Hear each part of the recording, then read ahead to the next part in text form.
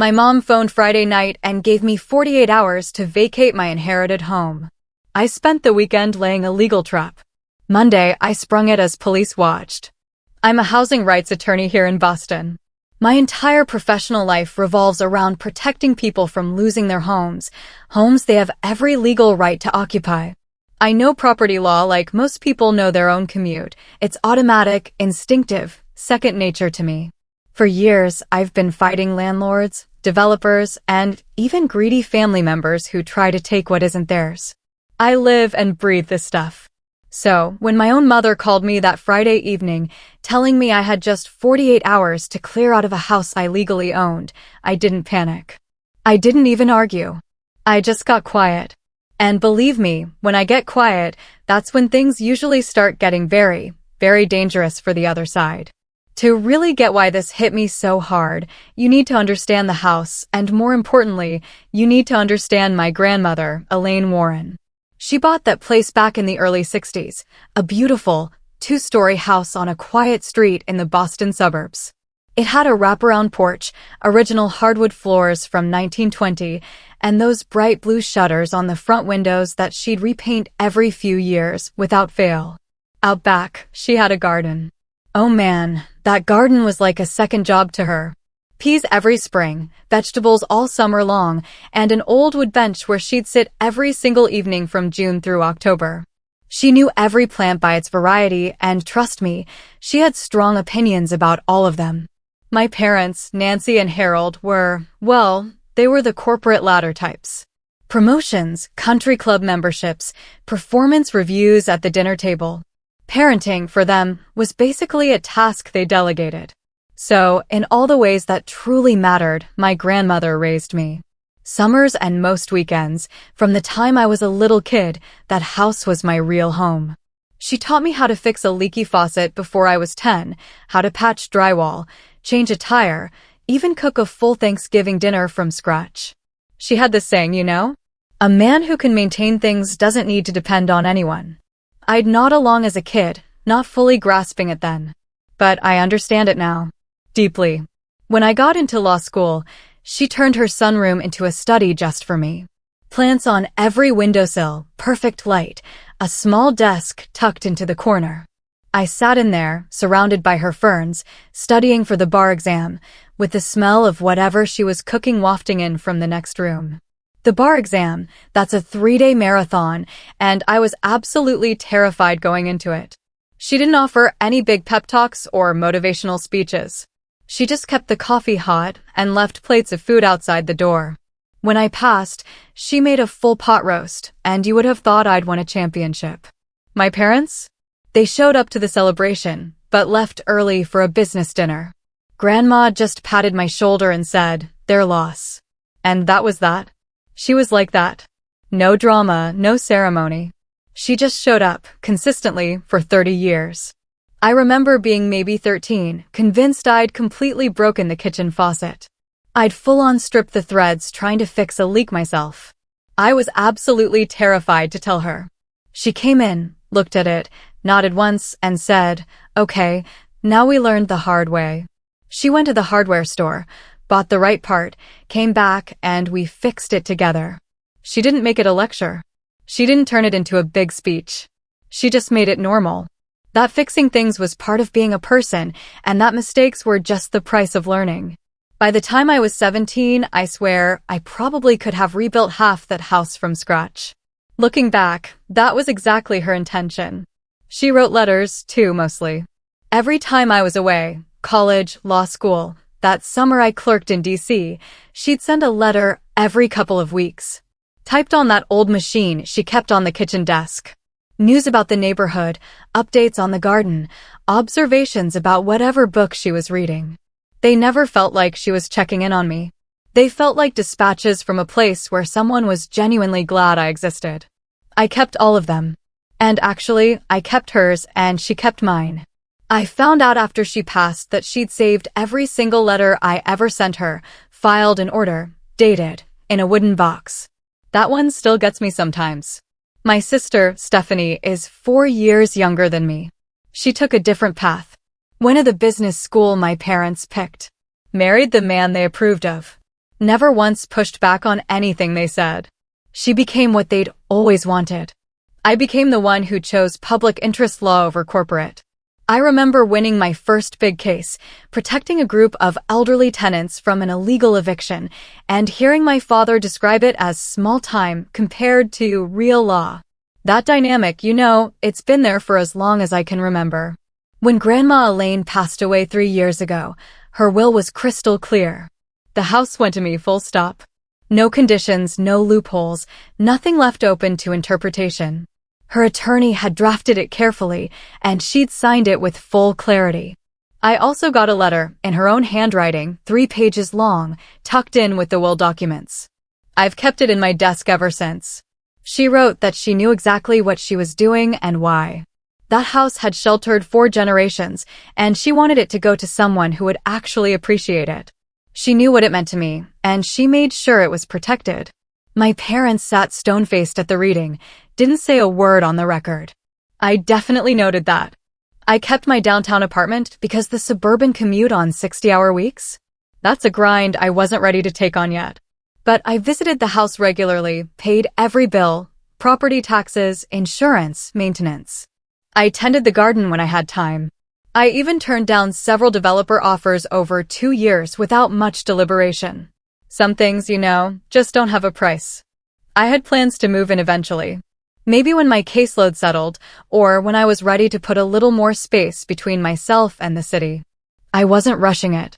Then, that Friday evening in early spring, after a brutal week in court, my phone rang. It was my mother. "We need to discuss the house," she said. No greeting. Nothing. I sat down on my couch, a knot already forming in my stomach. "Okay," I replied, trying to keep my voice even. "Your sister's divorce was finalized last month," she continued, her voice flat. "She and Amanda have nowhere to go. Your father and I have decided they'll move into your grandmother's house." I took a deep breath. "That house is mine, Mom," I said, as evenly as I possibly could. "Grandma left it to me in her will." "Don't be difficult, Cal," she snapped back. "You don't even live there. It's sitting empty while your sister and your niece need a roof over their heads. Family helps family." I went through it plainly, calmly. The will was legally executed. I paid every single bill associated with the property. I maintained it. This wasn't a matter of selfishness on my part. It was a matter of who owned the house. And the answer to that question was in a filed, public document. "Your father already spoke with Martin," she said, cutting me off. Martin was the family attorney my parents had used for 30 years. "There are provisions in the will we can challenge. Residency requirements you're not meeting." That was a flat-out lie. I knew that will inside and out, and there were no such provisions. My grandmother had left the house to me unconditionally. But I didn't say that. I just kept listening. "You have 48 hours to get any personal items out," she continued, her voice cold. "After that, Stephanie moves in." Before I could even respond, my father's voice came on the line. He'd been on a second extension the entire time, just waiting for his cue. "Cal, this isn't up for debate. Stephanie needs the house more than you do. Fighting this will only hurt your niece. Is that really what you want? To deprive a child of a stable home because you're holding on to sentiment?" The manipulation was transparent. It wasn't new, though. I'd heard versions of this framing my entire life, that my preferences were inherently selfish, that the family's needs always outranked mine. I told them I needed to speak with Martin directly before anything moved forward. "He's unavailable until Monday," my dad immediately said. "Papers will be ready Monday, but the deadline is 48 hours. Be reasonable for once." The call ended within 5 minutes. Almost immediately, a text came through from Stephanie. "I know this is hard, but Amanda and I have nowhere else to go. Mom says you never use the house anyway. I promise I'll take good care of it. I can help you move your stuff this weekend if you want." I put my phone face down on the counter and just stood at the kitchen window for a minute. Not stunned, exactly. More like watching something snap sharply into focus. I'd spent years watching families do versions of this. The entitled relative who decides a deceased parent's wishes were wrong. The sibling who decides need outranks actual law. The parent who mistakes authority for ownership. I'd fought all of those cases from the outside. Now I was standing smack in the middle of one. And it was my own kitchen. And it was my grandmother's house. My parents might have scheduled a moving truck, but they had absolutely called the wrong person to push around. I sat back down and started my list. Lock change, first thing Saturday. Security cameras. A call to Thomas, a police officer I knew if he was available. Jackie for legal confirmation. And the restraining order motion, ready to go if it came to that. Every document on that house, organized and ready. I'd done triage like this for clients 100 times. The fact that it was personal? It didn't change the process. It just made me more determined. This wasn't some casual family discussion. This was a calculated, coordinated campaign against me, an attorney whose entire career was built on fighting property fraud. I wasn't worried about me. I was genuinely worried for them. I spent that Friday night at my kitchen table, pulling every single document I had on that house. The deed, the will, property tax records going back 3 years, the insurance policy, the letter from my grandmother's attorney confirming unconditional ownership. I organized everything into a digital folder with a chronological timeline. I've built case files for strangers in far worse situations. I figured I might as well do it for myself. I emailed Jackie, a colleague who specializes in estate law, around 11, explaining the entire situation. By midnight, she'd confirmed what I already knew. My parents had no legal ground whatsoever. She also gave me the advice that turned out to be the most critical part of everything. Don't let them get a foot in the door. Literally. If Stephanie moves in before you take legal action, you're looking at formal eviction proceedings to remove her. That's slow, expensive, and messy. Her words were clear. Lock them out before they ever get in. So, I started making calls. First thing Saturday morning, a locksmith was at the house. I had every external lock changed, keypad entry for the front door with remote access and an activity log, new deadbolts on the side and back with keys only I had. Done by 10 a.m. Then a security company, referred by a former client, installed cameras at every entry point, motion alerts sent straight to my phone, live feeds I could pull up from anywhere. The full setup, all in the same day. Next, I called Thomas. We'd known each other a few years. He was an officer in the suburb where the house sits, and we'd crossed paths on a couple of cases over the years. I laid it all out for him. He didn't hesitate. Said he'd bring his partner and be available Sunday evening, which was when I figured they'd probably make their move. I also drafted a cease and desist letter that afternoon and prepped an emergency motion for a temporary restraining order, ready to file first thing Monday. I was pretty sure I'd need it. By noon, I was at the house. I want to say I went straight to work, but honestly, I just stood in the kitchen for a few minutes first. Her handwriting was still on the label of a tin on the counter. Apple cake. She'd made that thing maybe 100 times. I still don't know the full recipe. I left the tin where it was and got moving. I packed what I couldn't risk leaving behind, her wedding ring and the pearl necklace she wore to everything that mattered. The photo albums, for generations in those things, some photos going back to the 40s. A handmade quilt she'd finished the year I was born. I left the wooden box of letters where it was for now. It wasn't going anywhere with the new locks on the doors. The security system was fully operational by mid-afternoon. I tested everything twice. When the technician left, I locked up with the new keys and headed back to my apartment. Around 4 o'clock, Stephanie called. Hey, I'm thinking of coming by tomorrow morning to start measuring for curtains. Would 9 work? Just like that. Curtains. For a house she didn't own. I told her I wouldn't be there and that we needed to have a real conversation before any plans were made. What is there to discuss? She shot back. Mom and Dad already told you what's happening. The house is legally mine, Stephanie. Grandma left it to me in her will. There was a pause. Then, the bitterness spilled out. Only because you were always her favorite. Years of something, resentment, just pouring out. You're going to deny my daughter a home out of spite? I told her this had nothing to do with favoritism. Property law didn't care about favoritism. The house was mine, and the will was clear. Watch me, she said, and hung up. That evening, the texts came. Paint colors she was considering for the living room. Whether Grandma's dining table could go into storage since she didn't need something that large. A note that Mom said I might want the china cabinet, so I should let her know, otherwise they'd sell it. The china cabinet. With my grandmother's Depression glass collection that she'd explained to me, piece by piece, when I was 9 years old. They were casually discussing selling her things. I didn't respond to any of it. My mother called 3 times. On the third, I picked up. She went through the full repertoire. I was selfish. I didn't have children, so my priorities were inherently lesser. Family adapts to circumstances. Then my dad got on the line again and casually dropped that they'd found precedent to challenge the will based on my grandmother's mental state in her final months. That one made me genuinely angry. My grandmother was completely sharp until the very end. Any doctor who saw her would confirm it. Her bridge group would confirm it. The library volunteers she worked with every Thursday would confirm it. And my parents both knew that.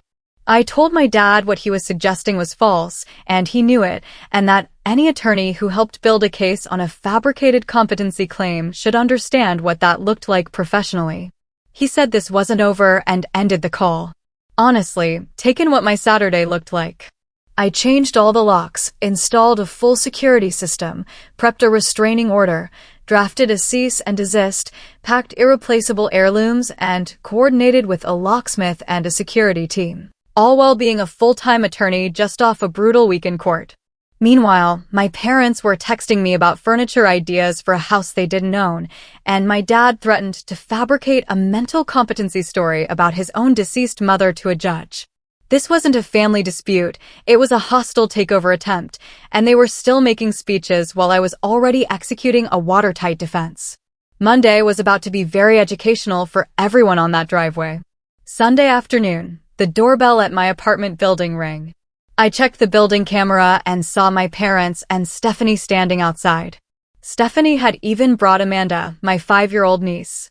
I buzzed them up. My mother came in wearing that wounded disappointment expression she'd been deploying on me since I was a teenager, that particular combination of hurt and accusation she uses when she wants the moral high ground without actually earning it. My dad had a folder under his arm. Stephanie walked Amanda directly to the front of the group the moment the door opened. First move, maximum emotional weight. Aunt Cal, are we going to live in the house with the big tree swing? Amanda asked, obviously coached. She's 5. She doesn't have housing opinions on her own. Before Stephanie could continue, I picked up my tablet from the coffee table, opened a kid's app, and handed it to Amanda. She took it and relocated to the couch without complaint. My mother looked annoyed. Stephanie looked furious. That was unnecessary, Stephanie said, glaring. Using a 5-year-old as a negotiating tactic is what's unnecessary, I replied, my voice steady. The answer to this conversation doesn't change based on who's in the room. My mother launched in. Everything the family had done for me over the years. How I was destroying things over a house. How I was being cold and selfish. Stephanie's eyes were going red. My dad let them go first, then opened his folder and slid a document across my counter. He called it a formal notice of intent to challenge the will. I picked it up and spent about 20 seconds on it. No official letterhead, no case filing number, no attorney's signature that carried any actual weight. This was a document someone typed up to look official to someone who wasn't a lawyer. This has no legal standing, I said, and slid it back. No letterhead, no filing number, nothing. And if Martin is genuinely involved in this, he should understand that helping execute a fraudulent property transfer carries professional consequences. Serious ones. You're threatening our family attorney. My mother's voice rose. I'm stating facts, I corrected her. Same facts I've been stating since Friday. The house is mine. It stays mine. And it's not available for Stephanie. Not tomorrow. Not at any point.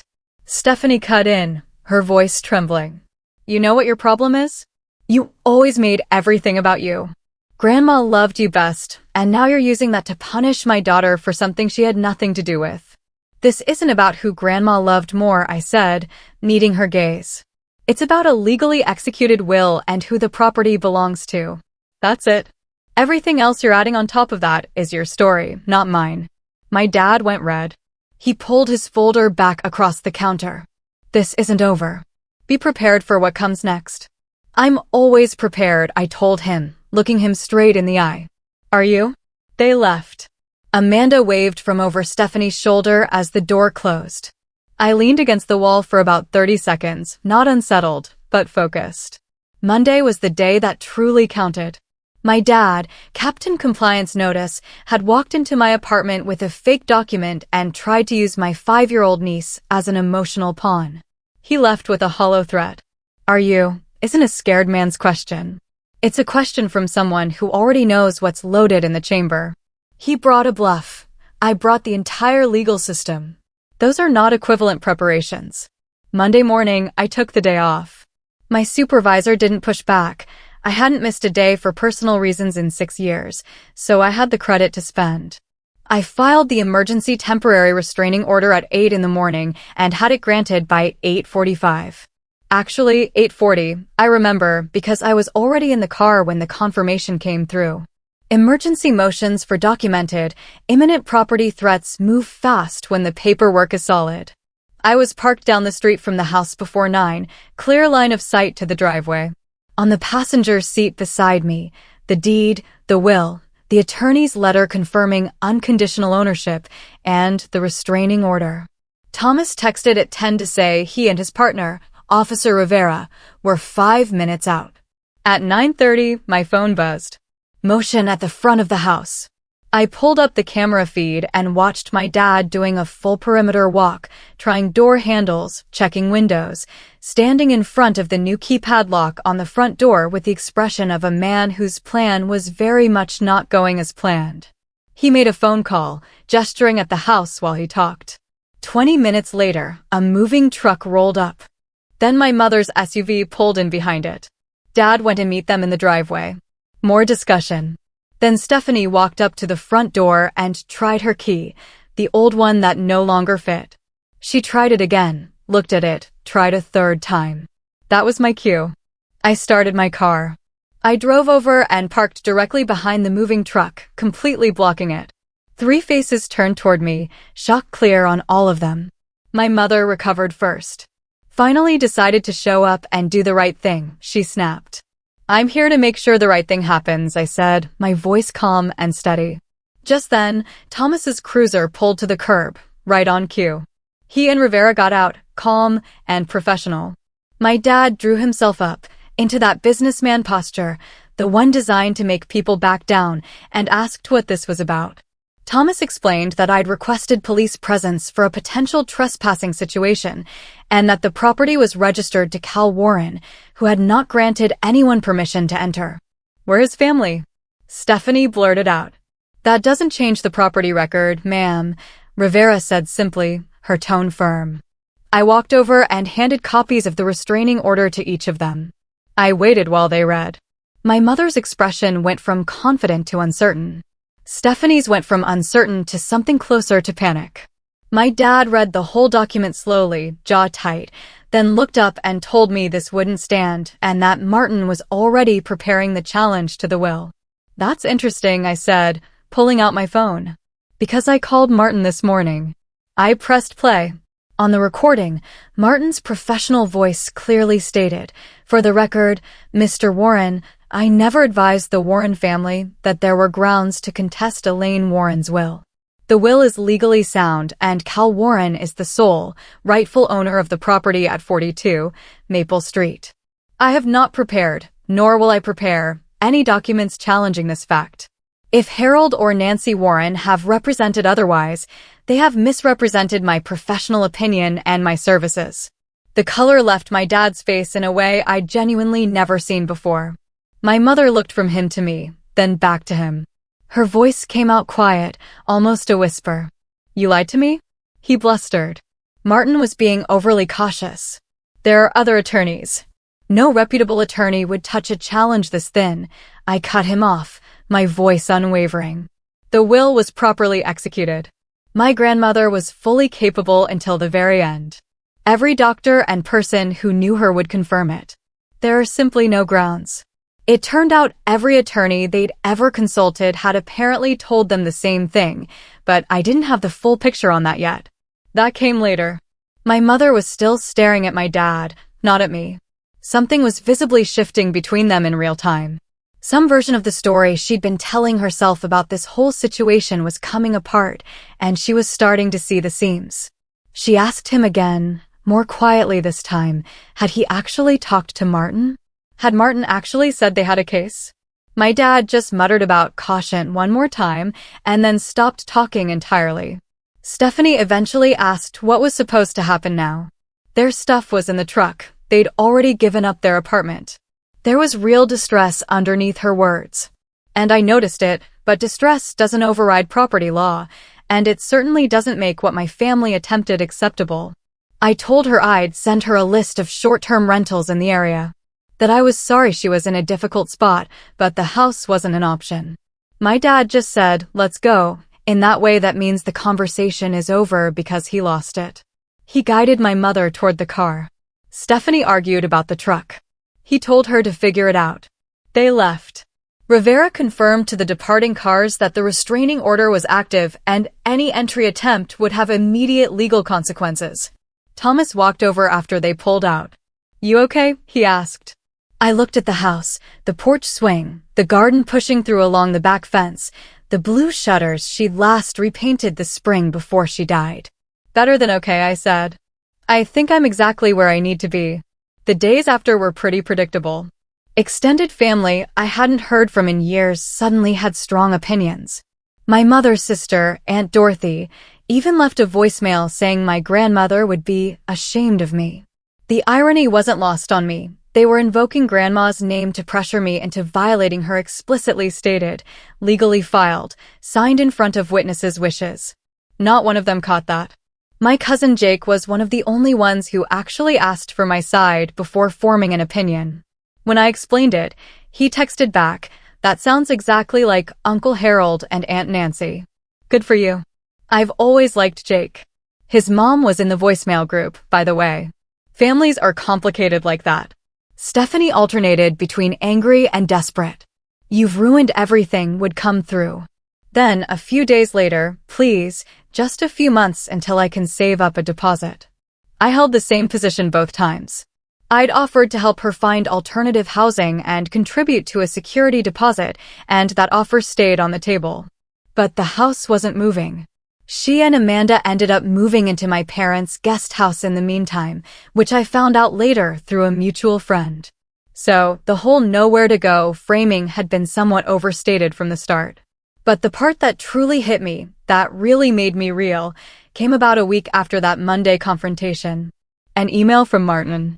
He apologized for being caught in the middle and attached a set of documents that I had to read twice before they fully landed. My parents had first consulted him about challenging my grandmother's will 3 years ago. Not after Stephanie's divorce. That was just the convenient pretext they'd been waiting for. He'd refused them then, the same as he'd refused them now, but he felt I had a right to know the complete history. The attached emails laid it out plainly, a deliberate, long-running plan. Multiple attorney consultations over 3 years. Every single one told my parents they had no viable case. There was even one email from my dad to a lawyer who had declined to take it. He wrote, in part, my mother's decision to leave the house to Cal rather than allowing the family to determine its best use was short-sighted and emotionally driven. We need to correct this mistake. Correct this mistake. A mistake being my grandmother exercising her legal right to leave her own property to whoever she wanted. I sat at my kitchen table and read through those emails for a long, long time. What truly got me wasn't the scheming. I'd already accepted that my parents were capable of that. What got me was the 3 years. All those holiday dinners, all those phone calls, all those moments where I was trying to be a reasonable, adult member of this family, while they were actively consulting attorneys to take my house. The whole time I'd been sitting across from them at Thanksgiving while they were doing this. I forwarded everything to Jackie.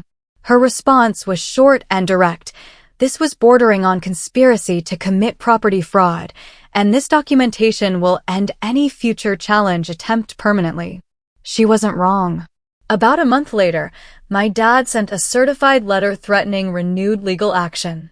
My response, drafted with Jackie's help, included every one of Martin's attachments. I never heard from him about the house again. My mother sends holiday cards now. No acknowledgement of what happened, just cheerful normalcy, like we're two people who drifted apart and happened to exchange pleasantries. I return the gifts she sometimes includes, but I keep the cards in a box in my closet. I'm genuinely not sure why. Some threads don't tie off cleanly. That one's still loose, and I've stopped trying to force it. About 3 months after everything, I got a letter from Stephanie. An actual handwritten letter, which I genuinely didn't expect. She said she owed me an apology, that she'd been so deep in her own situation, she never stopped to ask whether what she was participating in was actually right. She said watching me hold my ground made her look at some things differently about the family and how it had always operated. She'd found an apartment. She and Amanda were settled. She was working on some things. I wrote back and thanked her, wished her well. I don't know if it becomes something more eventually. It might. It might not. I'm definitely not rushing toward it, but I'm not closing the door either. What I've truly come to understand is that my grandmother knew exactly what she was doing when she left me that house. Not just legally. She'd seen the family dynamic long before I could even articulate it. She'd watched my parents operate for 30 years. She knew how they handled things they wanted. So, she made sure that house was mine in a way they couldn't undo. She put it in writing, filed it properly, and made it ironclad. That was her way of protecting me, even after she was gone. And fighting for it? That was the least I could do in return. 6 months after the confrontation, I sold my downtown apartment and moved into the house full-time. The commute is longer, and I don't care at all. I wake up every morning in the room where I used to sit for the bar exam and look out at the garden she planted 50 years before I was born. I tend it the way she showed me. Same varieties she always kept. Notes from the journal she left behind. A few additions I've made myself, of course. The peonies come back every spring without being asked to. She used to say that's what happens when you give something the right conditions. She said it about the garden. But I don't think that's the only thing she meant. What I did here, it wasn't about being explosive, no speeches, no yelling in the driveway. It was about documentation. It was about changing the locks, lining up the law, and showing up ready. When my dad tried to bluff about the family attorney, I had that attorney's voice queued up to play back on the spot. That's not revenge. That's preparation. There's a real difference. The house was always mine. My grandmother made sure of it. I just made sure everyone else finally understood it too. So, tell me, have you ever had to fight for something that was rightfully yours, especially against family? What would you have done if your own family pulled something like this? Drop a comment below, I really want to hear your thoughts.